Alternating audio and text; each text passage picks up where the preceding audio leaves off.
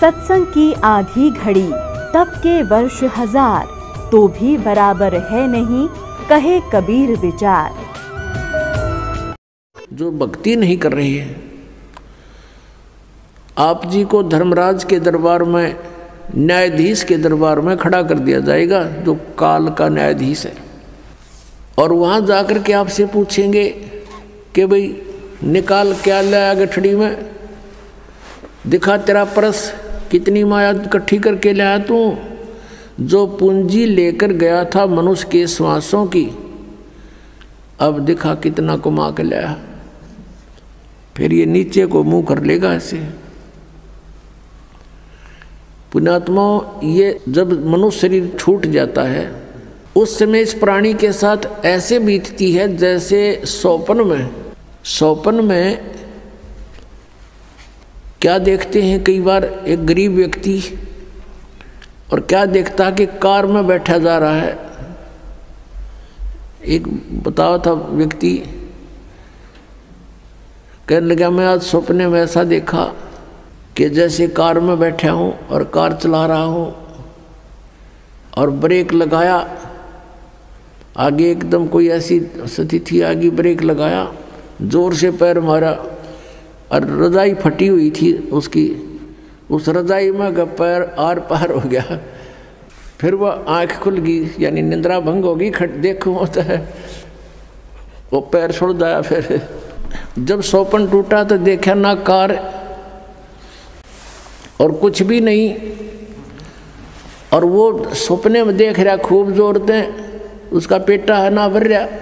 तो कहते हैं आज जो सुविधाएं आपके पास हैं, और जिस समय ये आपकी शरीर छूट जाएगा उस समय आपका सपना सा टूटेगा, और यम के दूत बाजू पकड़ रहे होंगे, वो पाँव जरा होगा टूटी हुई रजाई में, और कहेंगे चल बच्चा। अब उसका विश्वास सा नहीं बनता कि बेटा था, मेरी बेटी थी, कार थी, कोठी थी, कहाँ थी, चल अब बताएंगे तरीके थी। यहाँ बताते हैं कि ये स्वप्न जब टूट जाता है, जब इसका समझ में आवा है कुछ भी ना था, मैं तो वैसे ही दुखी हो रहा था कार में, कदे ब्रेक लाऊं था, कदे गियर बदलूं था, और था कुछ भी कोई नहीं। तो ये जो आज आप देख रहे हो, जब सपना टूटेगा, आपका मृत्यु होगी, आपको ऐसा लगेगा अरे के था, कौन सा बेटा, कहाँ बेटी, कहाँ कोठी, कुछ भी नहीं था। अब समझ लेना सपने के बाद आपको क्या प्राप्त होता है, याद रह जाती है वो। तो धर्मराज के दरबार में जा करके इसको खड़ा कर दिया जाता है। फिर वो पूछता भाई निकाल, उसको तो मालूम तो होता है ये सारा। तो फिर वो क्या बहाना मिलाता है, क्योंकि उसको याद आ जाती है कि मैं वायदा करके गया था भगवान से, हे परमात्मा जे ईब के मनुष्य शरीर मुझे मिल जावे तो मैं सदा भगवान याद करूँगा, पेट के लिए थोड़ा बहुत कार्य भी करूँगा, लेकिन ज़्यादा समय मालिक तेरी याद में बिताऊँगा। अब मुझे सब याद आ गया है। उस समय उसको पिछले पुण्यों जन्म जन्मांतरों के सारे दुख याद आ जाते हैं, और जब ये मनुष्य शरीर प्राप्त करके वहाँ से चलता है, इसको बार बार समझाया जाता है कि अब के गलती मत करना। तो ये कहता नहीं जी, पीछे गलती बनी सो बनी, आगे नहीं करूँगा। माँ के गर्भ में भी इसको याद रहता है। माँ के गर्भ से बाहर आते ही इसके ऊपर तीनों गुणों का ऐसा एकदम प्रभाव बन जाता है, ये सब भूल जाता, अचेत हो जाती आत्मा। इसको नए सिरे से पढ़ाई कराई जाती है, ये तेरा चाचा, ये तेरी चाची, ये माता, ये पिता, ये बुआ या माँ, ऐसे, और नए सिरे से इसको पढ़ाया जाता है। अब जब तक हम सत्संग में नहीं आते और सतगुरु नहीं मिलते, नकली संतों के सत्संग से भी लाभ नहीं, क्योंकि उनके पास ना नाम ना ज्ञान। उद्देश्य उनका अवश्य है कि हम सत्संग सुनावा, लेकिन सत्संग है ही नहीं उनके पास। आपने सुना था सत्संग में, आपको दिखाया था कल परसों, कल भी दिखाया था कि ये राधा स्वामी पंथ के प्रवर्तक श्री शिवदयाल जी की सार्वजन वार्तिक उसमें क्या लिखा है, इनका सतनाम का पता नहीं न है क्या चीज़। कहीं तो सतनाम हमारी जाति है, सतनाम सचखंड है, सतनाम सार शब्द है, सतनाम सतपुरुष है, सतनाम सतलोक है, और सार नाम भी यही है, सतनाम भी यही है। तो ये सत्संग है इनके। करोड़ों व्यक्ति वहाँ अपना जीवन नष्ट कर रहे हैं। तो सतगुरु के दरबार में आने से आपको ये ज्ञान होता है। सतगुरु के दरबार में जाइयो बारंबार, भूली वस्तु याद दिलावे हैं सतगुरु दातार। भूली वस्तु लखा देवे हैं सतगुरु दातार।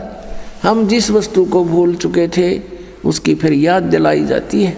अब नकली गुरुओं के पास यदि याद भी दिला दें तो भगवान की भक्ति करो तो उनके पास वो ट्रीटमेंट नहीं, उपचार नहीं, मोक्ष मार्ग नहीं उनके पास, तो उनका ज्ञान भी व्यर्थ। पहले तो ज्ञान है ही नहीं, लेकिन इतना तो अवश्य बता देता है आम संत कि भगवान की भक्ति करनी चाहिए। मनुष्य शरीर बार बार नहीं मिलता, ना उन्हें परमात्मा का पता, ना उनको परमात्मा के पाने की विधि का ज्ञान, तो वो सत्संग भी सुना ना सुना बराबर। अब क्या बताते हैं, जब ये प्राणी दरबार में खड़ा होता, धर्मराज के दरबार में, उसमें फिर इसे पूछा जाता है कि तू यहाँ से एक वायदा करके गया था, प्रतिज्ञा करके गया था कि अब के भक्ति करूँगा, बकवाद नहीं करूँ, तूने वो काम किया नहीं जो उद्देश्य लेकर गया था। तो ये जीव क्या कहता है वहाँ पर, ये न्यू बहाना मिलाता है कि हे भगवान, मुझे किसी ने बताया नहीं, वह तो भूल पड़ गई, किसी ने नहीं कहा भक्ति कर ले, किसी ने नहीं कहा राम नाम रटना चाहिए। तब परमात्मा क्या दिखाता है कि उसको कोई भक्त, जैसे आप जी अपने रिश्तेदार को, अपने भाई मित्र बहन सखी सहेली को, आप सबको कोशिश करते हो कि भगवान की भक्ति कर लो, मनुष्य जीवन बार बार नहीं मिलता, आप खूब चेष्टा करते हो। और वो क्या करता है, वो क्या कहता है बहन या भाई कि मुझे समय नहीं, अभी समय नहीं है, फिर देखेंगे फिर देखेंगे। और पीछे तो औरों के सामने नो कहता है ये तो मेंटल हो लिए, तीसरे दिन बरवाड़ा बैठे रहते हैं, इनका तो नाश होगा। तो वो अपने आप में चतुर्गणे बन रहे हैं, तो नहीं सुनते हैं। फिर वो धर्मराज के दरबार में जब खड़े होते हैं तब ये बहाना मिलाते हैं कि जी हमें किसी ने हमारे को बताया नहीं। तो उस समय परमात्मा अपने उलाने में नहीं रहते, वो सबके पास संदेश भिजवाते हैं, चाहे कोई जंगल में रह रहा है किसी ना किसी माध्यम से। तो उस समय परमात्मा क्या करते हैं, वो उसकी वीडियो फिल्म मूवी शुरू कर देते हैं, क्योंकि प्रत्येक प्राणी के अंतःकरण में, कोड वर्डों में पूरे जीवन की घटनाएं अंकित होती रहती हैं। उसको चित्रगुप्त बोलते हैं, चित्रगुप्त यानी साइलेंट फिल्म बनती रहती है गुप्त रूप में। और प्रत्येक प्राणी की है उसके पास असंख्यों जन्मों की अंदर कोड वर्डों में। जैसे आजकल आप देखते हो एक चिप है, छोटी सी चिप होती है, मोबाइल में डालते हैं और उसमें मन 50 घंटों का सत्संग विद्यमान होता है। इतनी को, और ये तो एक मैन मेड और ये गॉड मेड, तो उसने तो पता नहीं क्या बना दे। तो कहने का भाव ये है कि अब परमात्मा के विधान को समझने के लिए हमने इस साइंस ने घनी सुविधा कर दी। अब हम यहाँ बोल रहे हैं, सुन रहे हैं, कहीं और बीच में वायर भी नहीं, तार नहीं। अब यहाँ से फैक्स करते हैं, बीच में कुछ भी नहीं है, फैक्स दूसरे के कंप्यूटर में पहुँच जाता है, ईमेल पहुँच जाती है। ये कैसे? तो इसी प्रकार परमात्मा ने पहले ही प्रत्येक प्राणी के साथ ये सिस्टम अंदर ही फिट कर रखा है सबके। और यहाँ जो भी एक घटना आपकी होती है वो एक परमात्मा के कंप्यूटर में ऊपर वहाँ जा कर के फैक्स रहती है डेली की। तो उस समय ये फिल्म चला देता है, उसका ट्रेलर दिखाता है, बैकग्राउंड। अब देख ये भक्त आपको क्या कह रहा है और आप क्या कह रहे हो। ये नीचे गर्दन कर लेता है, उस समय इसके पास कोई गुंजाइश नहीं अग्रम अग्रम करने की। फिर ये क्या कहता है जी, गलती बन गई, गलती बन गई, बन गधा, गलती की सजा देता हूं मैं तो। अब फिर क्या रहा उसके पीछे? तो यहाँ परमात्मा कहते हैं कि आपको समाज से केवल सामाजिक क्रियाओं का ज्ञान ही हो सकता है, और सत्संग में आने से आपको आत्मा और परमात्मा का ज्ञान होगा। जैसे मन नेकी कर ले 2 दिन का मेहमान, मन नेकी कर ले 2 दिन का मेहमान। जोरू लड़का कुटुम कबीला 2 दिन का तन मन का मेला।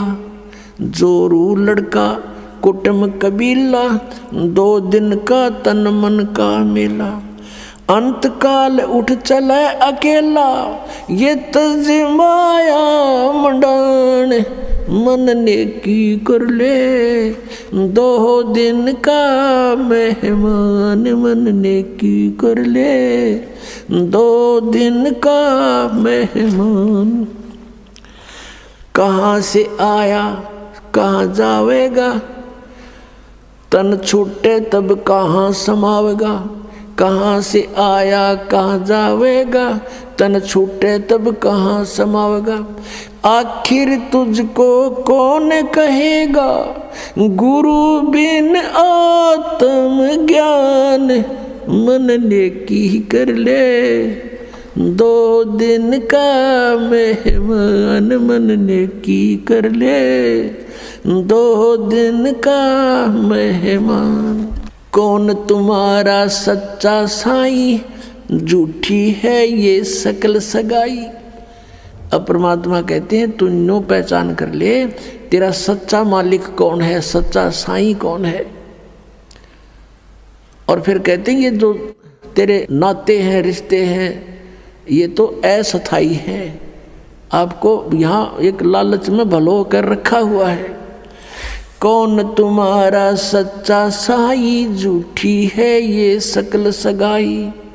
चलने से पहले सोच रे भाई, कहाँ करेगा विश्राम। मन नेकी कर ले 2 दिन का मेहमान, मन नेकी कर ले 2 दिन का मेहमान। हर हट माल पनगट जो भरीता, आवत जात बरे और रीता। जुगन जुगन तू मरता जीता, करवा ले रे कल्याण। मन नेकी कर ले 2 दिन का मेहमान, मन नेकी कर ले 2 दिन का मेहमान। 184 की सह तरासा, ऊंच नीच घर लेता बासा।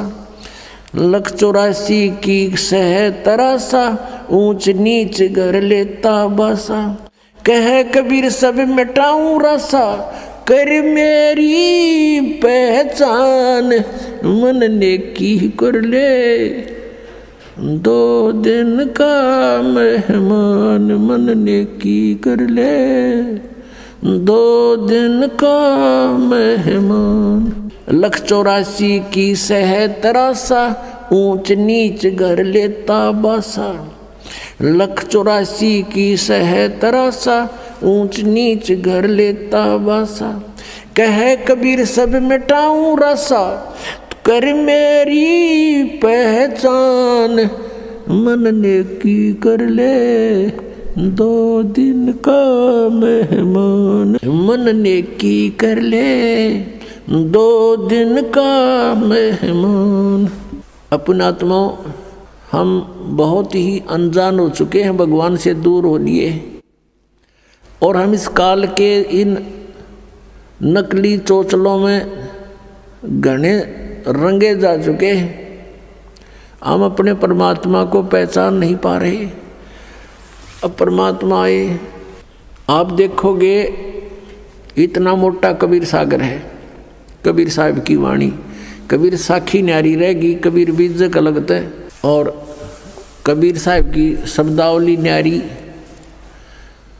तो उस परमात्मा का उद्देश्य क्या था इतना थूक बिलौने का?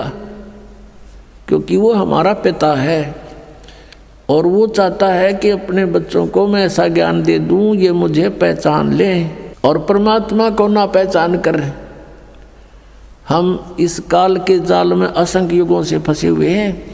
अब इसमें क्या बताया है कि मन नेकी कर ले तो 2 दिन का मेहमान। इस संसारिक सुख को संपत्ति को जोड़ने में अपना जीवन नष्ट ना करे, और जो तुझे मिलना है वो निर्धारित कर रखा पहले ही, इससे कम नहीं रहेगा, ज़्यादा नहीं मिलेगा तुझे। हम भगवान के विधान को भूल के और दुखी हो रहे हैं।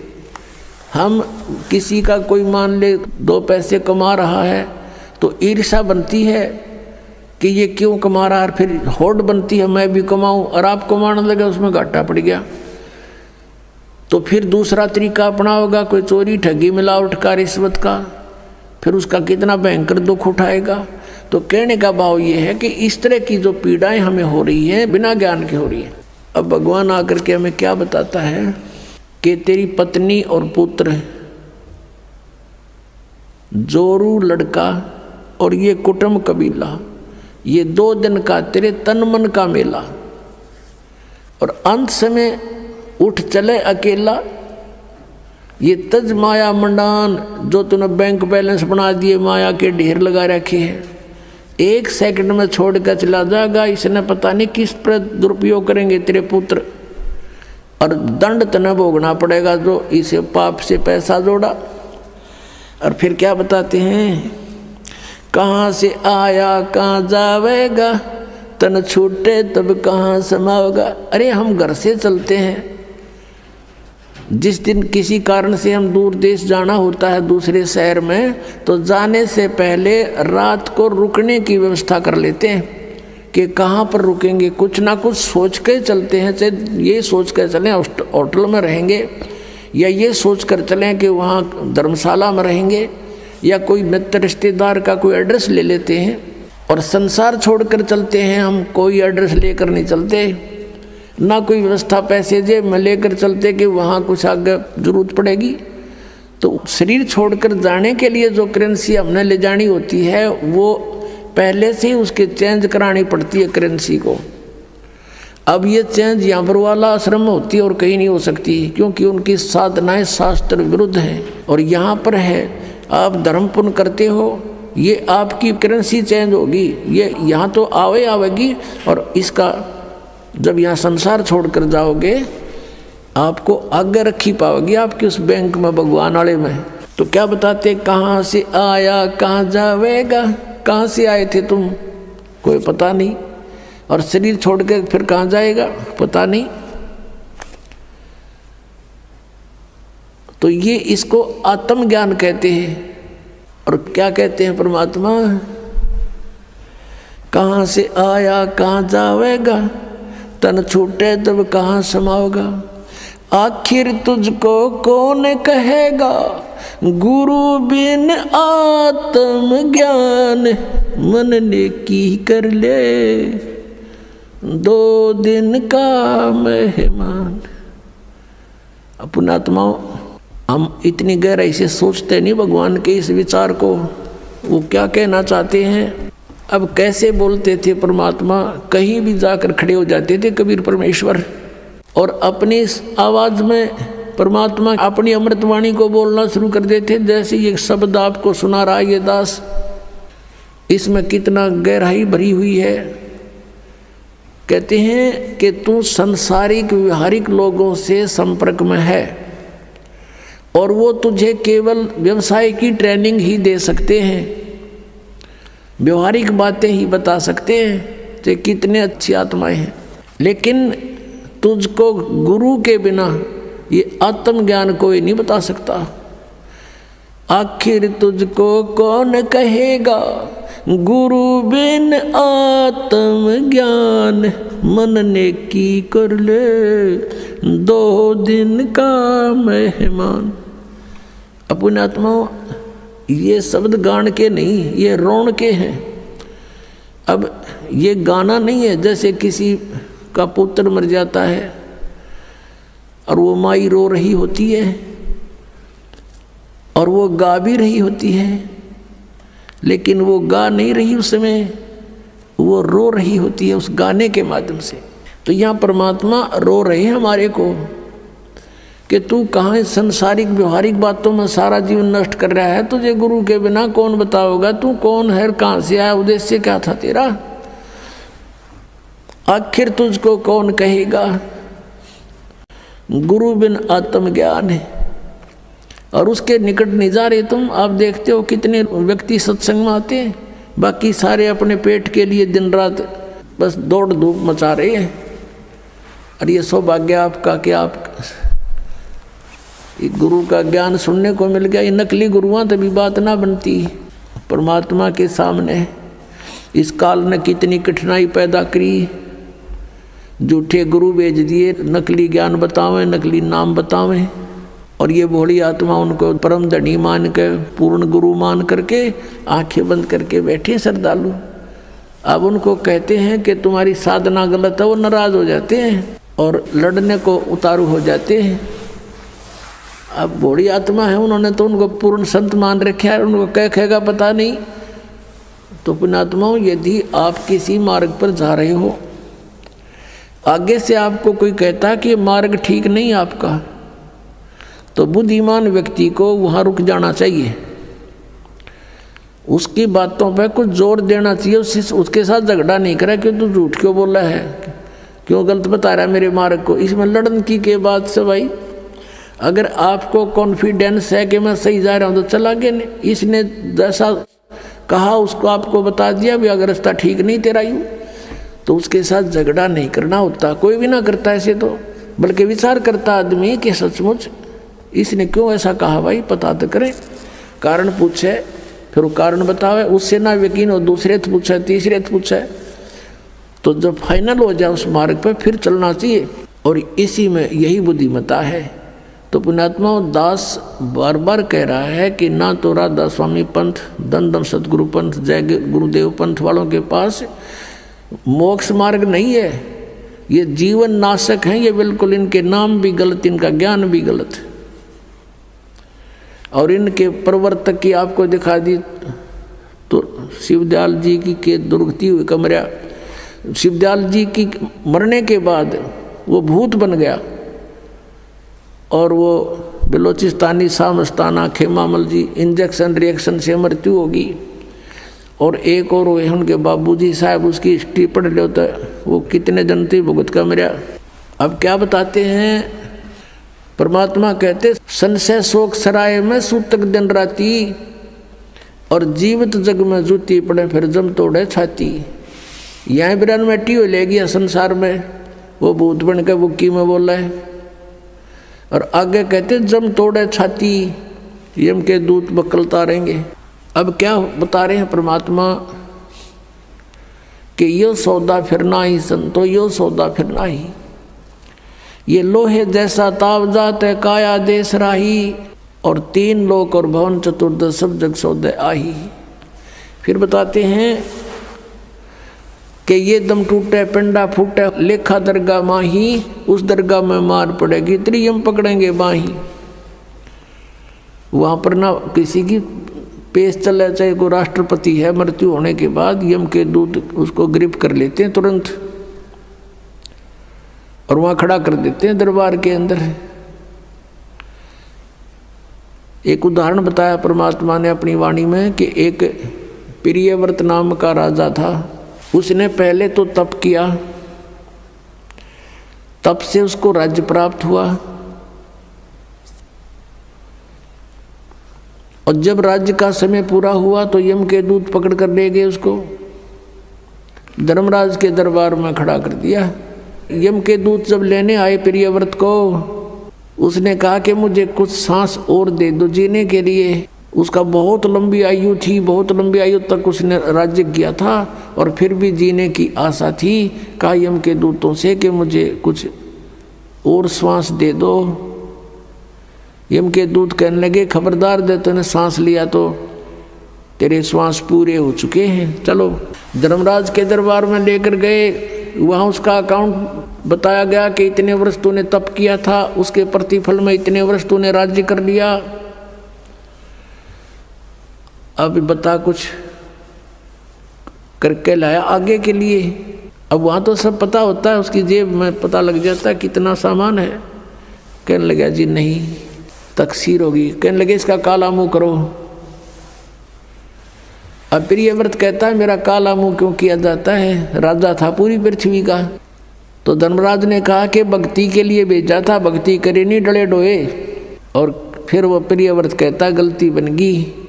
धर्मराज कहता मैं तो गलती की सजा देता हूँ, जाओ पशु की योनि में जा राजा, अब गधा राजा बन जा। परमात्मा कहते हैं कबीर हरि के नाम बिना ये राजा रसब हो, रसब माने गधा, और माटी लदे कुमार के और घास न डाले कोई। अपनात्मा वो परमात्मा कितने दयालु हमें कितनी कितनी वाणी बोल करके बता रहे हैं, और साथ में ये भी बता रहे हैं कि तू मुझे पहचान ले, तेरा सब झंझट खत्म कर दूंगा, ये रास्ता खत्म कर दूंगा जन्म और मृत्यु का।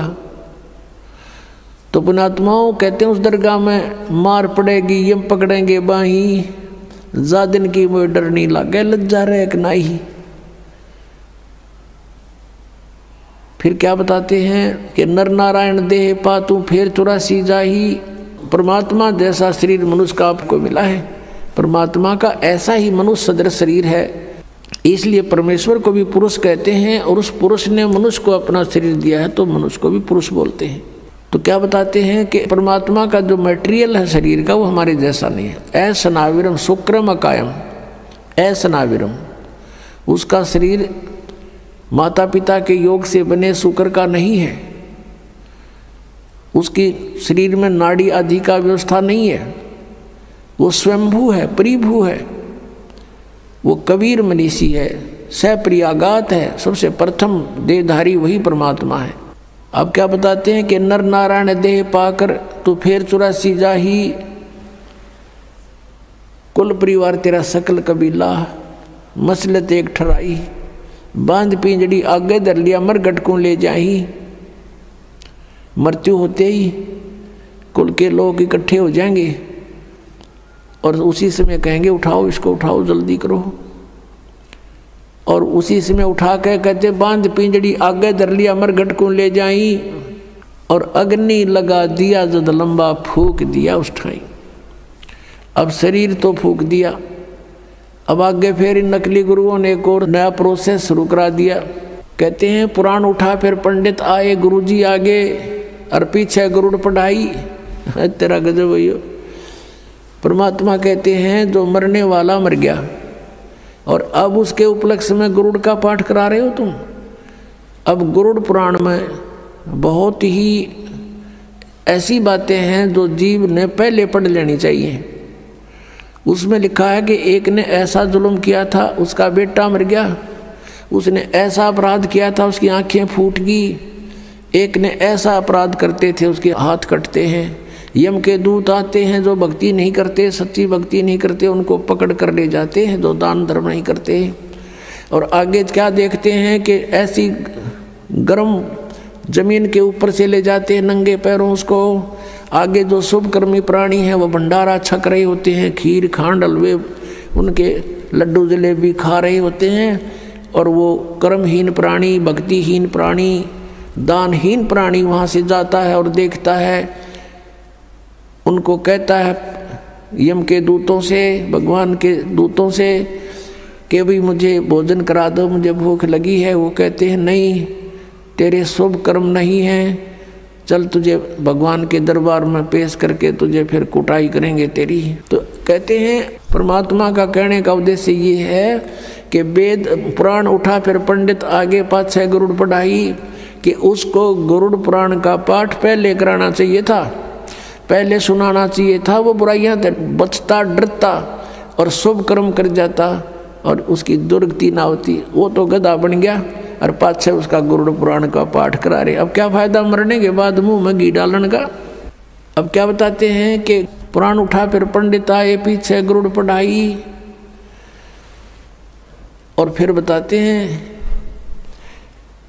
नर से तीतु पशुआ की जय गद्दा बैल बुनाई, ये 56 भोग कहा मन भौरे की तो कुरडी चरने जाई। पुणात्मा परमात्मा ने हमें बताया है वह सच्चाई है कि कबीर ये माया अटपटी और सब गट आण अड़ी, वह किस किस ने समझाऊं या कुएं भांग पड़ी। हमने इस काल के नकली इस सुख की भांग पी रखी है इस कुएं में, काल के कुएं में, और सबके एक जैसी ही बुद्धि होगी। जैसे शराब पिए हुए व्यक्ति या भांग पिए हुए व्यक्ति आपने चाहे 100 मिल जाए रास्ते में, उनकी एक जैसी भाषा होती है, एक जैसी चाल होती है, लटक दे किधर पैर टेकें किधर इधर जावे, बोल रहे तो और में बोलेंगे। तो किसी ने बात करके देख लो, जिन्होंने नशा कर रखा वो एक जैसी भाषा जानते हैं। तो हम सभी को इस काल ने भांग प्या रखी है झूठे सुख की, और सभी हम इसी में इतने मस्त हो रहे हैं। और यहाँ परमात्मा याद दिलाते हैं जिसकी भांग उतर जाएगी। एक व्यक्ति शराब पिए पड़ा था और ऐसी गंदे स्थान पर गिरा हुआ था, फिर उसको उठाकर लाए घर वाले, और सुबह फिर नहा धोकर वो गया ना, उसका छोटा लड़का बताता है साथ में, पापा शाम ना आप यहाँ पड़े थे? वो कहता मैं यहाँ था, आके यहाँ पड़ा थे तुम? बता। शराबी ने बेटा ने कहा पापा रात को आप यहाँ पड़े थे, और फिर वो कह रहे तेरा के जो ये इधर बहुत बुढ़ी जगह है। अब जब पड़ा था अपना टिट्टी पाक रहा था, जब उसको इस बात का पता नहीं था, तो इसी गंदे स्थान पर पड़ा है।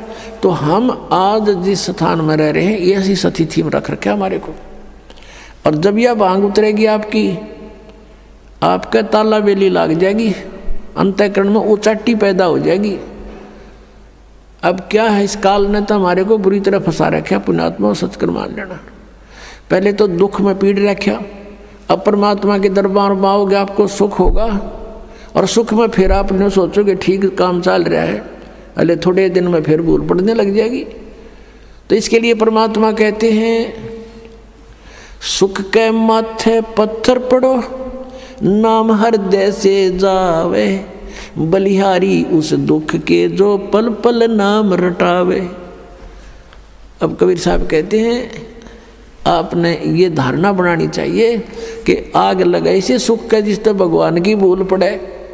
हे भगवान ऐसा सुख भी ना देना जिससे आपकी भूल पड़े, ऐसा दुख भी दिए रखना परमात्मा। धन्य है वो दुख जिससे आप याद आओ, आपके ऊपर कष्ट आए, आपने सब जगह ट्राई की, नहीं बात बनी, आप यहाँ भी ट्राई करने आए हैं कुछ तो, और यहाँ तो यह बात पक्की बनेगी जब मन में आपने सच्चे दिल तो भक्ति की और नाम ले लिया था। मर्यादा रखनी पड़ेगी, तो फिर आपको ये सुख तो होंगे ही होंगे, लेकिन इन ही सुखों तक सीमित मत रहना। यहाँ आने वाले को एक आगाह किया जाता है कि बरुवाला आश्रम आने से पहले आप केवल दुख निवारण कराने के लिए उद्देश्य लेकर मत आना।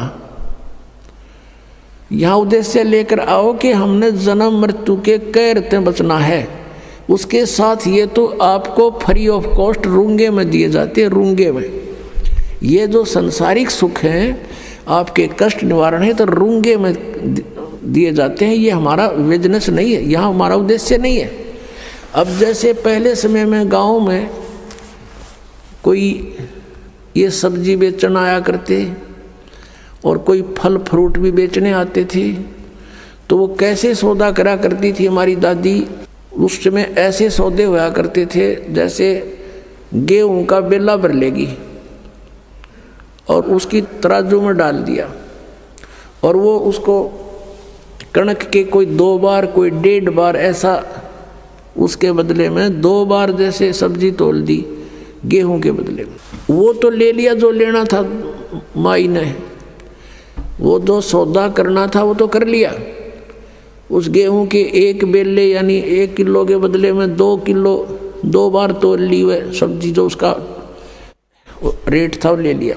फिर नो क्या करती, भाई रूंगा और दे, रूंगा मीन फ्री ऑफ कॉस्ट। वो फिर 1-2 और आलू घेर देती, नो कह ना भाई और दे, वो 1-2 और घेर देता। उसको रूंगा बोला करते, रूंगा। तो यहाँ कहने का भाव ये है कि जो असली सौदा है वो तो आपका जन्म और मृत्यु का दुख बटेगा यहाँ पर। और जो ये संसारी छोटे मोटे कष्ट आपके ऊपर हैं, कोई घाटे बाधे के दुख हैं, ये तो रूंगे में दिए जाएंगे यहाँ पर आपको, रूंगे में, फ्री में। ये सौदा नहीं हमारा, ये तो आप डिमांड करते हो इसलिए ठा के दे दिए, 2 आलू खा लो। तो ये जो आपके ऊपर जो कष्ट आए हैं, कोई प्रेत बाधा है या कोई किसी ने श्राप कर रखा है, कोई घायल गलवा रखी है या कोई पाप कर्म प्रारब्ध का दंड है, ये तो रूंगे में काटेंगे कबीर भगवान। आपका असली रोग तो जो है जन्म और मृत्यु का है। अब क्या बताते हैं, नर से तू पशुआ की जय गद्दा बैल बनाई, ये 56 भोग कहाँ मन बोरे कि तकुरेड़ी चरणे जाई। पुणात्माओं, हमने इस काल के इस झूठे सुख की भांग घनी पी रखी है और हमारा आज यकीन ना होता कि हम गधे भी बनेंगे और हम कुत्ते गधे सुअर बनेंगे और वो आहार करेंगे जो आज वर्तमान में कुत्ते गधे कर रहे हैं। उसके लिए याद दिलाते हैं, सुखदेव ने 84 भुगती बना पजावे खरवो, तेरी क्या बुनियाद पुरानी तू पेंडा पंथ पकड़े वो। कहते सुखदेव जैसे ऋषि ने 84 लाख प्राणियों के शरीरों में कष्ट भोगना पड़ा। सुखदेव ने 84 भुगती बना पजावे खरवो, और तेरी क्या बुनियाद पुरानी तू पेंडा पंथ पकड़े वो। कि सुखदेव ने 84 भुगती, गधा बन गया पजावे पे। पजावा होता है यहाँ पर, पजावा होता है जैसे कुम्हार लगाते थे पहले, उसमें ईंटें पकाते थे और ईंटों के पकाने के बाद जो राख बचती थी उसके ऊपर ही और लगा देते थे, उसको कहीं डालने की जगह नहीं होती थी उनके पास, उसके ऊपर ही फिर दूसरी वर्ष लगा लेते थे, फिर तीसरे वर्ष ऐसे, तो बहुत ऊंचा ढेर हो जाता था। और गधे पे नीचे से कच्ची ईंटें डालते हैं उसके कमर के थैले पे, और नीचे से कच्ची ईंटें ले जाते हैं, कच्ची उतारते, पक्की फटाफट ठोक देते हैं उसके ऊपर, और फिर देकर डंडा नीचे को धक्का दे देते हैं। 1 सेकंड की भी उसके पास समय नहीं है, नीचे से भी लद्दा जाता है, ऊपर से भी लद्दा आता है, और कमर टूट जाती है गधे की। और शाम को आहार करने के लिए कहाँ जाता है, कुर्डियों पर, यानी बाहर मैदान में, वहाँ खाता है, फिर चारा भी बाहर चर के आता है और सेवा को मार की करता है। और फिर टूटी कमर पर जख्म हो जाता है, उसको कौवे नोचते हैं, उसी जख्म के ऊपर आते ही कुम्हार जो कानू वो थैला रख देता है और ईंटें भर के फटाफट उसको स्टार्ट कर देता है, लेकर लठ। और फिर देखो पुणात्मा, अपना शरीर यहाँ कहीं से छुल जा, खाल थोड़ी सी किसी कारण से भी, और उसके ऊपर कपड़ा भी लग जाना, कपड़ा वैसे भी आँखों में पानी आता है, इतनी पीड़ा होती है। और आज वो अफलातून जब राजा बना हुआ था, भक्ति करी नहीं, सच साधना की नहीं, आज गधा बना हुआ है, कमर टूटी है, ऊपर थैला, और थैले के अंदर से कोरस सैंड, यानी वो खोरा ईंटों का जो रेत, वो जख्म पर गिरता आकर के, और ऊपर से ईंटों की रगड़ लगती है उसके, ऐसे चलते चलते, और उसकी आंखों में से पानी आता है, वो कुछ नहीं कर सकता, विवश है। अपनात्माओं, पहले तो हम भी ऐसे ही थे, अब परमात्मा की दया से आत्मा निर्मल हुई, ये बातें याद आती हैं तो भी शरीर कांप जाता है। और एक बार नहीं, असंख्यों बार, एक बार नहीं असंख्यों बार ये कष्ट उठाए हमने। अपनात्माओं, आपको कितना राहत होने जा रही है, कितना लाभ होने जा रहा है, आप नहीं समझ सकते इसको। और हम कितना कष्ट उठा चुके हैं असंख्यों बार। ये तो एक बार के गधे का एक दिन की बता रहे हैं, ये कष्ट एक दिन में ऐसा होता है, और एक गधे का जीवन कितना है। अब इसलिए बताते हैं सतगुरु के उपदेश का, जय सतगुरु की संगत करते सकल कर्म कट जाई, अमरपुरी पर आसन होते जहां धूप ना छाई। यदि सतगुरु की संगत करते, शरण में आ जाते, ये नकली सतगुरुओं की नहीं बात बनती, तो कहते हैं ये कैसा दुख आपके ऊपर हो रहा है, किस प्रकार बाईपास निकालेंगे संत। अब कितने दुख होते हैं प्राणी पर, आध्यात्मिक मार्ग को आध्यात्मिक घटनाओं से ही तोला जाता है, किसी के कहने मात्र से नहीं। आपको दिखाते हैं कि इतिहास, एक पुण्यात्मा का उसके ऊपर कितनी आपदाएं आई, और जो धन आपको प्राप्त होने जा रहा है, जो ज्ञान और भक्ति और विधान आपको मिलने जा रहा है, उससे आपको कितना बेनिफिट होगा, कितना राहत मिलेगी। अब परमात्मा कहते हैं धर्मदास तो 1,00,000 दुहाई, और ये सार शब्द की दबार न जाई। आज तक जो परमात्मा ने इस तत्व ज्ञान को और इस तत्व नाम को, सार नाम को, असली मंत्र को छुपा के रखा हुआ था, क्योंकि सतयुग त्रेता द्वापर में ये प्राणी दुखी नहीं होता, और पिछले पुण्य कर्म इसके घने साथ होते हैं, जिस कारण से कोई भी कुछ भी साधना भक्ति कर रहा होता है उसमें भी वो सुखी रहता है। वो ये सोचता है मुझे इस साधना से ये सुख प्राप्त है। इस कारण से सतयुग त्रेता द्वापर में परमात्मा ने काल को छूट दे दी थी। इसने प्रार्थना की करके मांगा था और कह दिया था ठीक है भाई, 3 युगों में हम नहीं ले जाएंगे प्राणी, और चौथे युग कलयुग में हम ले जाएंगे। तो कलयुग से पहले का कोई इतिहास दिखा दो, कोई मुसलमान न्यारा बना हो, या ईसाई अलग बना हो, या कोई जैनी अलग बना हो। हम वेदों अनुसार साधना करते रहे, एक ही हमारा इतिहास था। वर्ण केवल कर्म आधार से थे। अब कलयुग में देख ले हमारे अंदर कितनी इसने फूट डाल दी। कोई हिंदू बनाया, कोई मुसलमान बनाया, कोई ईसाई बनाया, कोई सिख बनाया, कोई कुछ बना दिए, हमें अलग अलग पाट दिया। इसको डर था कि कलयुग में परमात्मा से वायदा हुआ है वो आएंगे या अपना कोई दास भेजेंगे अपनी शक्ति देकर, तो उस समय तक ऐसा कर दो इन प्राणियों को ये कति कंडम हो जाए, एक दूसरे के शत्रु हो जाए, कोई एक दूसरे की साधना को गलत बता दे तो मरने तैयार हो जाए। ऐसे समय में परमात्मा ने ये स्टार्ट किया है। लेकिन ये बुद्धिहीनता हमारी, मान ले मैं आपके मार्ग को गलत बता रहा हूँ और आपको कॉन्फिडेंस है सही है तो मेरी बातें ना सुनो, इसमें झगड़े की क्या बात है। तो ये एक काल ही करवाता है। लेकिन अब परमात्मा की मेहर होगी अपने बच्चों पर, समाज शिक्षित है, सब इतिहास हमारे पास है, हमारे सदग्रंथ प्रत्येक धर्म के, प्रत्येक धर्म वालों के पास है। अरदास उसमें बताओगे ऐसा लिखा, आप खोल कर देख लेना, बात समझ में आ जाएगी। तो अभी तक हम सतगुरु ना मिलने से कितना कष्ट उठाया। सतगुरु के उपदेश का लाया एक विचारे, जय सतगुरु मिलते नहीं फिर जाते नरक दुआरे।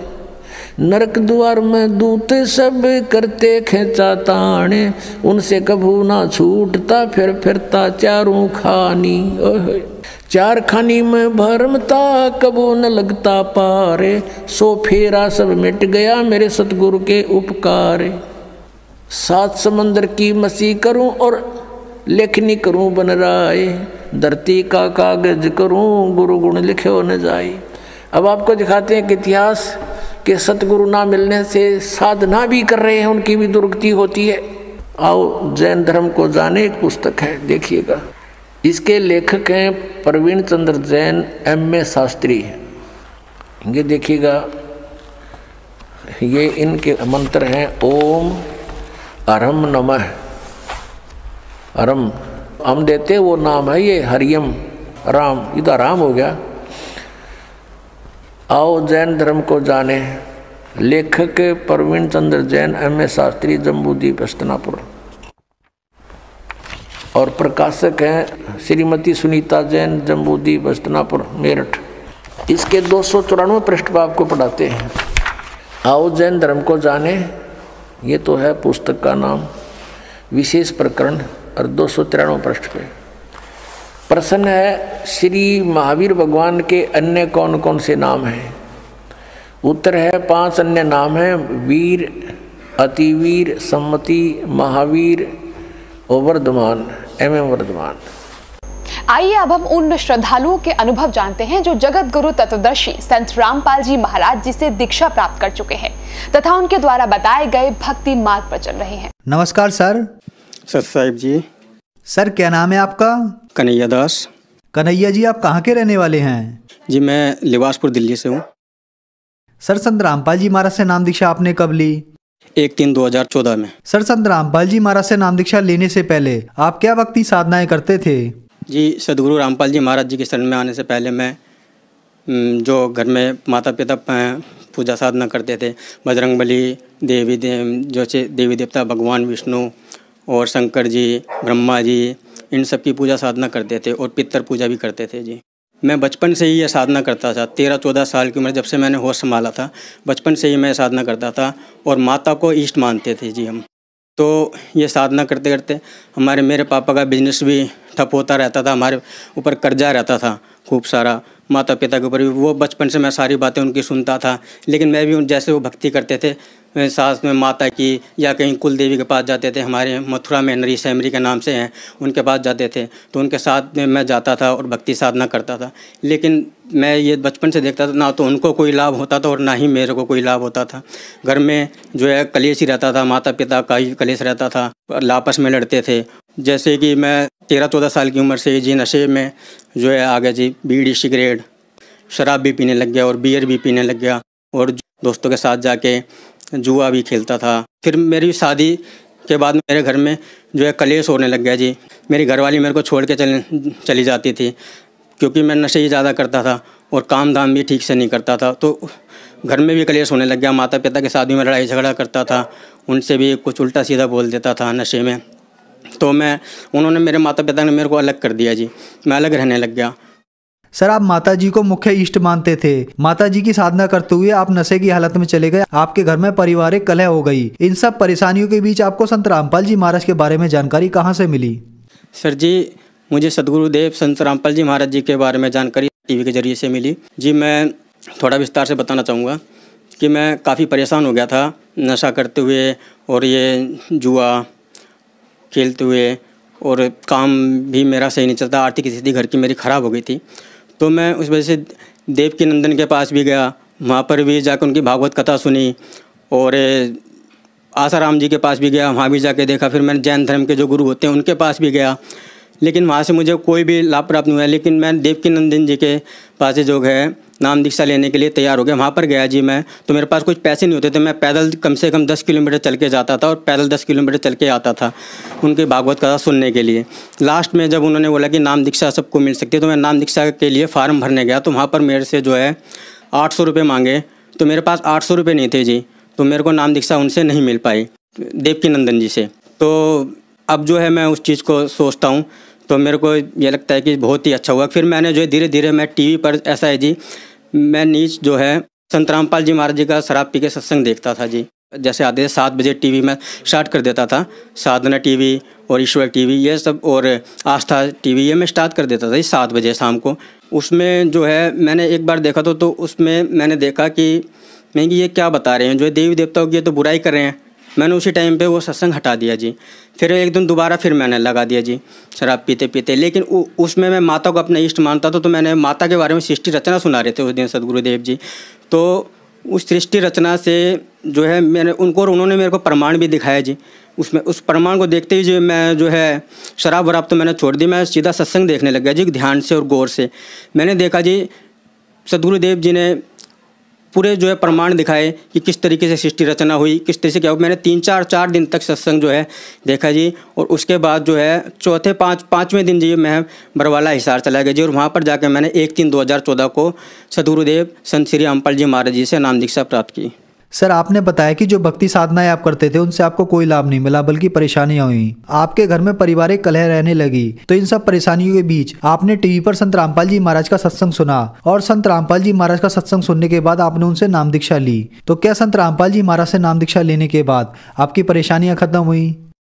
जी हाँ, मेरी ज़िंदगी जो तमाम परेशानी थी जी वो सारी दूर हो गई जी।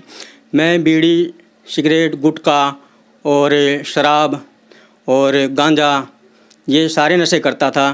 ये सब मेरे नशे धीरे धीरे करके सारे छूट गए जब मैंने सदगुरुदेव संत श्री रामपाल जी महाराज जी से नाम दीक्षा प्राप्त की।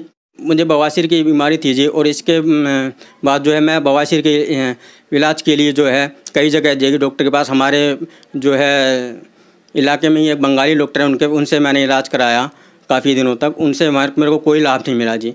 फिर मैं और जो है कई डॉक्टर मैंने बदले जी, कोई लाभ नहीं मिला जी। डॉक्टर ने मेरे को 35,000 रुपये का जो है ऑपरेशन बताया जी कि 35,000 रुपये लगेंगे तुम्हारे ऑपरेशन में, ऐसे जो है आपकी जो बीमारी ठीक हो सकती है जी। लेकिन मैंने सदगुरुदेव संत रामपाल जी महाराज जी से नाम दीक्षा ली। उस समय मेरे पास इतने पैसे नहीं थे जी। तो मैंने जो है संत रामपाल जी महाराज जी से अरदास लगाई कि हे मालिक, आप ही जो है डॉक्टर हो, इस दुनिया के डॉक्टर हो, इस ब्रह्मांड के डॉक्टर हो जी मालिक। अब डॉक्टर के पास मुझे भटकने की क्या ज़रूरत है मालिक, मेरे को ठीक करो दाता। संत रामपाल जी महाराज जी ने मेरे ऊपर दया करी और मेरी जो है बीमारी बवासीर की बिल्कुल ठीक हो गई जी। अब मुझे कोई रोग नहीं है जी बवासीर का। बिना ऑपरेशन और बिना दवाई खाए अब मैं कोई दवाई नहीं खाता, कोई परहेज नहीं करता जी, और मैं बिल्कुल ठीक हो जी। और जी मेरे को मानसिक रोग था, जिसके हिंदी में उसको कहते हैं जी सीजोफ्रेनिया का रोग था मेरे को जी, मानसिक रोग। उसमें ऐसा होता है जी, जैसे सर जी इंसान जो है ज़्यादा गुस्सा करता है और किसी को मारता पीटता भी और अपने आप को भी नुकसान पहुंचा सकता है। तो वो हर 6 महीने में दवाई खाता था जी, और 6 महीने में ठीक रहता था जी, तो नाम दीक्षा लेने से पहले। लेकिन जब से मैंने नाम दीक्षा ली है सदगुरुदेव जी से, संत रामपाल जी महाराज जी से, जब से मेरी वो बीमारी बिल्कुल ही ठीक हो गई। और अब मेरे को 4 साल हो गए जी नाम दीक्षा लिए हुए। मेरे को कोई सिजोफ्रेनिया नहीं है, कोई बवासीर नहीं है, और भी जो छोटे मोटे रोग हैं जी वो भी कुछ नहीं है। अब मैं एक भी गोली कभी भी नहीं खाता जी किसी भी चीज़ की, जबकि डॉक्टर ने कहा था कि सिजोफ्रेनिया के रोग में कि आपकी ये दवाई जो है ज़िंदगी भर चलेगी सिजोफ्रेनिया की, 1-2 गोली आपको डेली खानी पड़ेंगी। लेकिन अब मैं कोई भी गोली का सेवन नहीं करता जी, मैं बिल्कुल ठीक हूँ। मेरी पत्नी जो है मेरे को छोड़ के चली जाती थी, उन्होंने मेरे ऊपर केस भी डालने के लिए बोला था और उन्होंने डाल भी दिया था मेरे ऊपर केस। अब मेरे घर में जो है वो भी चीज़ सब दूर कर दी है मालिक ने। मेरा परिवार बहुत ही अच्छा हो गया जी, मेरी घरवाली भी ठीक रहती है जी, मेरे साथ मेरे बच्चे भी ठीक रहते हैं जी। और सब शराब पी के मैं अपने बच्चों को मारता था पीटता था, तो वो तो जाहिर सी बात है सर जी कि अपने आप ही घरवाली छोड़ के जाएगी, उसमें गलती हमारी रहती थी। लेकिन अब जो है संत रामपाल जी महाराज जी से नाम दीक्षा लेने के बाद, और जो है बहुत ही अच्छा जो है मेरे समाज में मेरे पड़ोसी जी भी अब मेरे को ये बोलते हैं कि जो है ये सब तो भाई तेरे संत रामपाल जी महाराज तेरे गुरुजी कर रहे हैं और तेरे को बहुत बढ़िया उन्होंने ठीक कर दिया। ऐसा तो हमने कभी भी नहीं सोचा था कि तू कैसा था और कैसा हो गया। नशे में मैं कीचड़ों में भी गिर जाता था सर जी, मेरे को अपना होश नहीं रहता था, और गाली गुप्ता सबको पड़ोसियों में सबको देता था, और खूब जो है हाथ पैर भी चला देता था जी सबके ऊपर। सब मेरे से ऐसे डरते कि शाम को आते पड़ोसी भी ये डरते थे कि आ गया वो, सब अपना गेट बंद कर लेते थे मेरे को देखकर। लेकिन अब जो है मैं बिल्कुल ठीक हूँ जी। शराब पीने का तो अब मेरा बिल्कुल ही मन कर दे, बिल्कुल ऐसा लगता है जैसे कोई शराब पीता है जी, मैं उससे 200 कदम दूर रहता हूँ। मैं कि वो ये क्या जो है कोई बीड़ी भी पीता है उससे भी जो है मेरे को बहुत सख्त नफरत है जी। नशा करने वाले से तो जी अब सख्त दूर रहता हूँ जी बिल्कुल। मैं ये भी बताना चाहूँगा जी कि मेरा फील्ड का काम है भगत जी। मैं जो है बाइक पे जा रहा था, 40-50 की स्पीड थी जी मेरी बाइक की, और रेड लाइट थी। रेड लाइट मेरी जो है मेरे को जो ग्रीन का सिग्नल था, और आगे से एक जो है लेडीज़ जो है स्कूटी लेके जो है सामने से आ गई, और एकदम से 40-50 की स्पीड से वो टक्कर लगी है जी।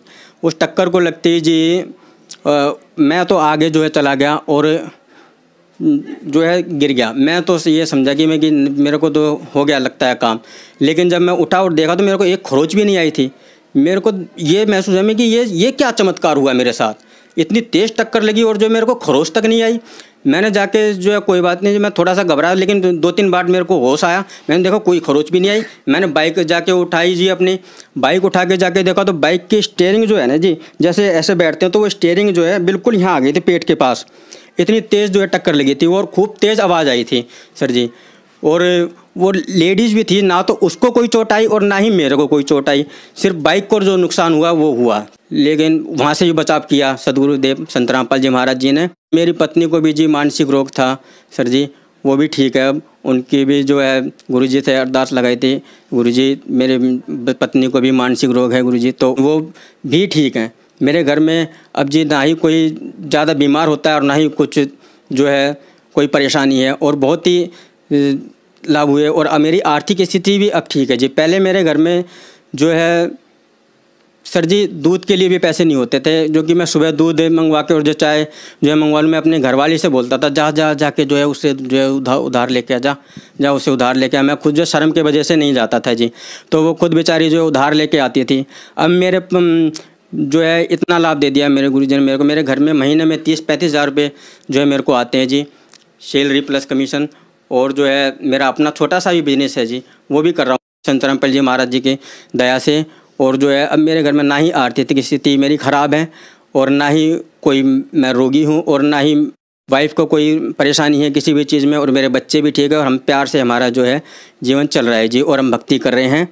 आज सदगुरुदेव संत रामपाल जी महाराज जी ने हमारा जो है परिवार में खुशियों का खजाना लगा दिया है, जिससे कि हम बहुत ही खुशी हैं और अच्छे से रह रहे हैं। सर, संत रामपाल जी महाराज से नाम दीक्षा लेने के बाद आपकी मानसिक बीमारी सिजोफ्रेनिया ठीक हुई। इसके अलावा आपके घर में बहुत सारी परेशानियां थीं, जैसे आपके घर में पारिवारिक कलह थी, आपका वैवाहिक जीवन बर्बाद होने वाला था, वो भी संत रामपाल जी महाराज ने बचाया। इसके अलावा आपको बवासीर की बीमारी थी, संत रामपाल जी महाराज ने आपकी ये बीमारी भी ठीक की, और भी बहुत सारे लाभ संत रामपाल जी महाराज ने आपको दिए। तो जो श्रद्धालु आज आपको देख रहे हैं, आप उन्हें क्या संदेश देना चाहेंगे? खास करके वो लोग जो नशे के आदी हैं, उनके लिए आप क्या कहना चाहेंगे? ये दास कोई संदेश तो नहीं दे सकता जी किसी को भी, लेकिन एक विनती, एक प्रार्थना जो है मैं बताऊंगा जगत वालों को कि मैं बहुत नशा करता था, दारू का और जो बीड़ी का, सिगरेट का, और मेरे घर वाले ने और मेरे माँ बाप ने खूब कोशिश करी छुड़वाने की। मैंने भी खूब कोशिश करी छोड़ने की कि मैं जो है व्रत रखूं, मंगलवार का व्रत रखूं या शनिवार का व्रत रखूं, या फिर जिन जो मैं माता को इष्ट मानता था उनसे मैंने खूब जो है काम है कि माता मेरे को शराब छुड़वा दो, मेरा जुआ छुड़वा दो, या मेरी जो है मेरे को ये ठीक कर दो। तो मेरे को वहाँ से कोई भी लाभ नहीं हो रहा, और मेरे घर वालों ने खूब कोशिश करी, मेरे को दवाई तक देते थे वो खाने में मिला के शराब कि इसकी ये जो शराब को छोड़ दें। लेकिन मैं क्या करता था कि घर में खाना नहीं खाता था, बाहर खा लेता था, और कभी कभार जो खाना भी खा लेता था उससे काफ़ी परेशानी होती थी। लेकिन मैं 2-2 3-3 दिन घर में खाना नहीं खाता था, घर पे खाना छोड़ देता था। उससे जो है कोई जो है मतलब उन्होंने मेरे को छुड़वा नहीं पाया। सर जी, जिस दिन से मैंने फिर संत रामपाल जी महाराज जी के शरण में गया हूँ, उस दिन से जो उन्होंने मेरे को मंत्र दीक्षा दी है, उससे मेरे को जो है लाभ हुआ और मेरा नशा छूट गया। क्योंकि उनके मंत्रों में शक्ति है और उनके वचनों में शक्ति है, और वो परमेश्वर स्वरूप सदगुरु रामपाल जी महाराज जी हैं, जो कि सिर्फ वहीं से ही आपको ये आपके नशे छूट सकते हैं और सब कुछ ठीक हो सकता है। आज सरकार करोड़ों रुपए जो है नशे में खर्च कर रही है, नशा मुक्ति केंद्र खोल रही है, लेकिन उससे किसी को भी कोई लाभ नहीं होता। 1-1 महीने 2-2 महीने वहाँ रह के आते हैं, लेकिन आके फिर स्टार्ट हो जाते हैं। लेकिन सदगुरु रामपाल जी महाराज जी के शरण में जाने से आपको ना तो कोई खर्चा करने की ज़रूरत, ना ही कुछ करने की ज़रूरत। वहाँ पर सब कुछ फ्री है, नाम दीक्षा भी आपको फ्री मिलेगी, और जो किसी भी एक तरह का 1 रुपया नहीं लिया जाता वहाँ पर। और आप जो है वहाँ से नाम दीक्षा प्राप्त करो और जो है नशा मुक्त जीवन और भक्ति का सच्चा मार्ग प्राप्त करो और अपना जो है कल्याण कराओ। सर, संत रामपाल जी महाराज से नाम दीक्षा कैसे ले सकते हैं? सदगुरुदेव संत रामपाल जी महाराज जी के जो है सत्संग कई चैनलों पर आते हैं, उनके नीचे एक पट्टी चलती है, उन पर कॉन्टैक्ट नंबर दिए हुए हैं। उन कॉन्टैक्ट नंबर पर आप कॉन्टैक्ट करके आप किसी भी ज़िला में रहते हैं, वहाँ पर आसपास आपको नामदान केंद्र बता दिया जाएगा, वहाँ से आप नाम दीक्षा ले सकते हैं। धन्यवाद सर। सत साहेब।